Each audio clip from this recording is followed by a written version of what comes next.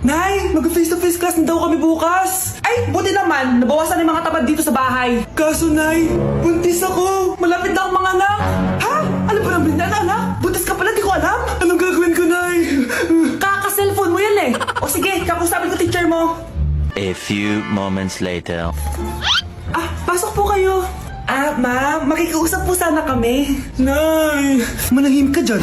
Tungkol po saan? May tumor po kasi sa tiyan yung anak ko, ma'am. Hindi po siya makakapasok sa school. Ganun ba? O sige, i-accept ko na lang siya. Salamat po, ma'am. Tara na, anak. Ang sakit na tiyan ko. Anong nangyayari? Wala po to, ma'am. Nay, mga nganak na ata ako. Pagkain pa. Umiri ka. Ano ba naman yan? Sige, ire! Ayun na, malapit na! Akala ko ba tumor? Ayun na, ayun na! Grabe na talaga yung mga bataan ngayon! Nagsisibuntisan na! Nay, si tatay may kausap na ibang babae! Ang sweet nila! Ha? Asan tatay mo? Nandun po siya, Nay. Oo, sige, kita tayo mamaya. Hoy, sino kausap mo? Kaibigan ko lang sa trabaho. Ganda ng bracelet mo eto. Binigyan lang ng kaibigan ko. Okay. Hello, nandyan ka pa? Di pa rin kita mas mag-usap? Sandali na lang to, darling. Umamin ka sa akin. May kabit ka, no? Ako may kabit? Nagpapatawa ka ba? Siguraduhin mo lang. A few moments later. Uy, Mare! Uy, anong balita? Tignan mo yung bracelet na binigay sa akin ng boyfriend ko. Wow, ganda! Ganda, di ba? Sabi niya mahal daw to. Hello po, ma'am? Hinahanap po kasi namin yung nagnakaw ng bracelet. Ganito po yung itsura niya. Mare, sabihin mo lang ka nakita. Sige. Sir? Sila po yung nagnakaw. Mare! Akala mo di ko alam na ikaw ang kabit ng asawa ko? Anong nangyayari dito, darling? Eto na pala siya. Couple bracelet pa kayo, magpapaliwanag ako, darling. Sumama na kayo sa akin sa presinto. Sige na, huliin niyo na yan. Darling, magpapaliwanag ako. Darling! Walang hiya ka! Magbabayad ka! Ang bago nating top 1 ay si Samantha. Galing mo, Samantha. Naku, basic lang yan. Paano nangyari yun? Pasado kayong lahat, pero may isang bagsak. Si Scarlett. Ano tong favorite mo si Samantha? Pares lang kami ng average. Paano ako bumagsak? Di ba sinasagot mo ako? Di bagsak ka ngayon? Umanda ka sa akin. A few moments later. Class, mag-behave kayo. Nandito yung principal natin. Magandang umaga, class. Kamusta yung bago nating teacher? Gusto ko pong i-report yung teacher na yan dahil may favoritism po yan. Favoritism? Sinungaling ka, Scarlett? Mabait sa amin si ma'am. Opo, ma'am. Mabait po ako sa kanila. Pantay-pantay lang po yung tingin ko sa kanila. Huwag mo na pagtakpan nanay mo, Samantha. Hala, OMG, magnanay sila. Ma'am principal, pagpasensyahan niyo na siya. Baka di niya alam yung sinasabi niya. Meron ako ebidensya dito na nagpapatunay na binigyan ng sagot ni ma'am si Samantha. At tinawag ng nanay si ma'am. Bawal to sa school natin Kayong dalawa, mag-usap tayo sa principal's office. Ma'am, magpapaliwanag po ako. Ang bago nating top 1 ay si Scarlett. Yes, Scarlett, deserve mo yan. Marami pong salamat, ma'am principal. Alam mo, buti na lang hindi mo na-teacher yung nanay mo. Anong sabi mo? Hindi mo ba alam na magkapatid kayo ni Samantha? Iisa lang kayo ng nanay. Anak, kain ka na Darating yung mga kaibigan ko Wag na wag mo ako ipapahiya. Sige anak. Andyan na sila. Oo, tapos nakita kami ng ex ko, di ba? Kayo pala yung mga kaibigan ni Scarlett. Gutom ba kayo? May pagkain dito, Ang pangit pa rin ng mama ni Scarlett, no? Isa lang yung mata. Uy, grabe ka naman. Naya na ba? Di ba sabi ko sa'yo, huwag mo kayo papahiya? Kainis. Umalis ka nga dito. Huwag kita makita. Sorry, anak. Tara na nga, labas na nga lang tayo. May panira dito, Tara. Anak, sandali. Anak, Scarlett, graduation mo pala bukas? O tapos? Si nanay ba yung aakit sa stage? Hindi! Si tita na lang isasama ko. Papahiya mo lang ako Buti pa si tita, kompleto yung mata. O sige, proud ako sa'yo anak Kainis, bakit kasi isa lang yung mata mo? Balang araw, anak, malalaman mo rin kung bakit. Diyan ka na nga, marami pa akong gagawin. Ano bang ginagawa natin sa hospital, tita? Sumama ka na lang, Scarlett. May kailangan ka malaman. Scarlett? Ikaw yung anak ni Susan, right? Oo, Doc. Ako nga si Scarlett. Ba't kilala mo ko? Oh yes, I remember. Ikaw yung batang na-aksidente dati, yung nabulag yung kaliwang mata.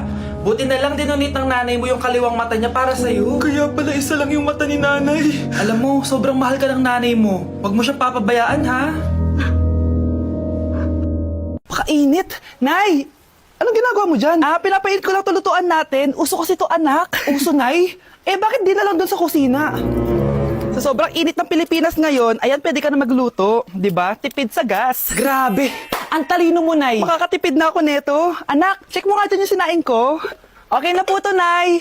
Ano ba naman tong batang to? Tanghali na nakahilata pa din.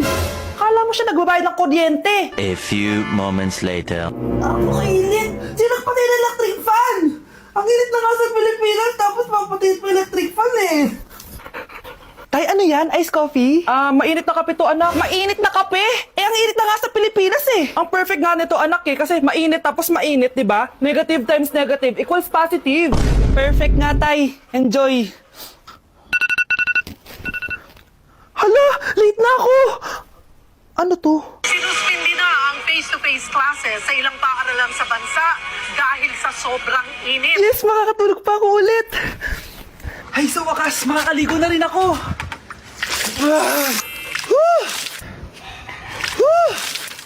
Hi, Cheska. Hi. Alam mo ba kung bakit mainit sa Pilipinas? Bakit? Kasi hot ako. Pero natabo. Yan, ang init-init na ka sa Pilipinas tapos mag-joke ka pa ng ganyan. Sungit! Grabe, ang pangit ko pala dati ng bata ako. Sino itong tumatawag? Hello? Scarlett, wag kang papasok bukas sa school, ha? Ha? Bakit? Sino ka ba? Basta, sundin mo na lang ako, please. Ano yun? Ang weird. Oh, anak, hindi ka pumasok? Opo, Nay. Masakit po yung pagkaramdam ko eh. Pagaling ka, anak, ha? Anak, yung school mo, nasusunog. Nasusunog, Nay? Totoo nga yung sinasabi ng caller kanina. Grabe. Buti na lang, anak, hindi ka pumasok sa school ngayon. Sino na naman tumatawag na to? Hello? Sino to? Scarlett, wag kang matutulog ngayong gabi, ha? Ikaw na naman? Paano mo nalalaman yung mga yan, ha? Scarlett, please, sundin mo na... Anak, matutulog na ako, ha? Ikaw din, huwag ka na magpuyat. Sige po, Nay. Tatapusin ko lang po itong pinapanood ko. Kung hindi ako matutulog, ano namang gagawin ko buong gabi? Matutulog na lang ako. Baka niloloko lang ako ng caller na yun. Nay! Nay! Gising, Nay! Ano nangyari, anak? Binabangungot ka, Nay. Buti gising ka pa. At nagising mo ako. Sino ba talaga yung caller na yun? Sino ka ba talaga, ha? Bakit alam mo lahat ng mga masasamang mangyayari? Gusto mo ba talaga ako makilala, Scarlett? Oo, dahil hindi ako matatahimik. Magkita tayo malapit sa puno ng mangga. Hello? May tao ba dyan? Hi, Scarlett. Ikaw ba yung caller? Gusto mo ba talagang makita kung sino ako? Oo. Ako ikaw, Scarlett. Galing ako sa future. Ikaw ako? Kailangan kong ayusin yung mga nangyaring masama. Paano? Paano nangyari yun? Basta, Scarlett, ayusin mo yung mga desisyon mo sa buhay, ha? Sige na, baka mahuli pa ako ng mga humahabol sa akin. Sandali! Sino humahabol sa'yo? Bakit nawawala ang laman ng class funds, ha? Sinong kumuha na ito? Ma'am, kilala ko po kung sino yung kumuha. Oh, Samantha, sino kumuha? Sino pa ba, ma'am? This is Scarlett. Ha? Wala akong kinukuha. Scarlett, ikaw pala yung kumuha ng class funds? Sumama ka sa principal, ngayon na. Apaka-hype talaga nitong si Samantha. Bye, Scarlett! Dami nito Mukhang makakabili na ako ng bagong phone. Ha! Nahuli din kita! Ikaw pala yung kumukuha ng mga class funds natin? Oo, ako yung kumukuha. Bakit? May problema ba? Ang problema ko, ikaw! Ako pa sinisisi mo na kumukuha ng class funds, ikaw naman talaga? Isusumbong kita kay ma'am. Wala ka namang ebidensya. Ikaw ang isusumbong ko dahil naniniwala naman sa akin si ma'am. Humanda ka sa akin, Samantha. Wow, may bagong phone si Samantha. Sana all. Bigay ito ng parents ko, guys. Class! Sino naman kumuha sa class funds? Si Scarlett po yung kumuha, ma'am. Pagsabihan nyo nga yan. Ako na naman? Nagpapatawa ka ata, Samantha. Talaga ba, Samantha? Kitang-kita ko na kumuha ka dito. At narinig ko, nabalak mo na naman si Scarlett. Ma'am, di po ako yun. Gagawin mo pa ako sinungaling? Diyan ka naman magaling, di ba, Samantha? Sa pagsisinungaling? Sumama ka sa akin sa principal at ipapatawag ko yung magulang mo. Buti nga sa'yo, Samantha. Deserve mo yan. Nag-uumpisa pa lang ako. Dok, bakit ka meron neto, ha? Bakit may picture ka nang nawawala akong anak? Hindi mo ba talaga ako naaalala? Hindi. Sabihin mo sa akin, buhay pa ba ang anak ko? Umalis ka na. Marami pa akong gagawin. Buhay pa ba ang anak ko? Oo! Buhay na buhay ako! Ako ang anak mo na iniwan mo sa palengke dati. Nagtataka ka? Isa na akong trans ngayon. Alam mo, buti na lang may mabait at mayamang pamilyang kumukup sa akin. Kaya maganda yung naging buhay ko. Tingnan mo, naging doktor pa ako. Kaya salamat sa'yo at iniwan mo ko. Anak, hinanap kita. Umasa ako na babalik ka. Hindi na importante yan. Ayaw na kita makita at hindi na kita kailangan. Kaya umalis ka na! Hello po. Kamusta po yung pasyente? Dok, si nanay naman yung nagkasakit. Kamusta na siya? Okay naman. Sa iba ko na lang siya ipapaasikaso, ha? Anak? Anak, please! Bakit anak tawag mo sa kanya, Nay? Sure ka ba na habang buhay ka magagalit sa nanay mo? Nakita ko results niya kanina. Anytime, pwede siya mawala. Magpapahangin lang ako. Nasaan na sila? Hello, nurse? Nasaan yung pasyente dito sa room 214? Anak? Ako ba hanap mo? Nay, akala ko may masamang nangyari na sa'yo. Anak, hindi na kita iiwan. Good news! False alarm lang pala yung nakita namin results sa nanay mo. Ibig sabihin, magiging okay siya. Salamat naman. Nay, ayoko na mawala ka sa akin, ha? Yay! May ate na ako! Class! Reasons that you gotta.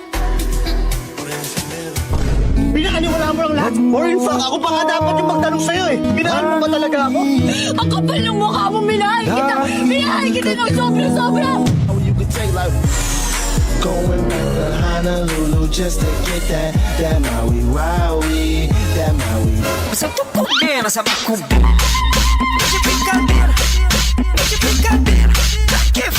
Diyos ko po, mas lang ako saglit eh. Okay, class! Na-miss nyo ba ako? Bumalik na si ma'am! At dahil first meeting natin, hindi muna ako magli-lesson. Gusto nyo ba yon? Ma'am, pwede po kami kumain sa kantin? Sure! Oh, yung mga gustong kumain, kumain na. Gawin nyo na lahat ng gusto nyo gawin. Basta, today lang yan ha. Next week, magli-lesson na tayo. Grabe, ang bait talaga ni ma'am, no? True be, kaya favorite ko yan si ma'am eh. Tara na, kain na tayo. Okay, class, what is the powerhouse of the cell? Scarlett? Ano ba yun? Starts with letter M. Mitochondria? Very good! Kaya mo naman pala eh. Thank you, ma'am. Oh, class, mag-e-exam kayo ha. Dinalian ko na to para sa inyo. Lahat ng nasa lesson natin, nandito. Okay, get one and pass. Oo nga, ang dali lang. Makaka-perfect pa ata ako. A few moments later. Okay, time's up. Pass your papers. Wow naman, lahat kayo nakakuha ng high scores. Magaling ka kasi magturo, ma'am. Okay, class, dahil Friday ngayon, gusto ko mag-enjoy kayo sa weekends. Kaya naman, hindi ako magbibigay ng assignment. Yes, thank you, ma'am. Makakagala ako. At isa pa, class, malapit ng mga anak si teacher, oh. Magli-leave muna ako ng ilang months. Ha? Habang wala ako, si Ma'am Diana muna ang papalit sa akin. Maging mabait kayo sa kanya, ha?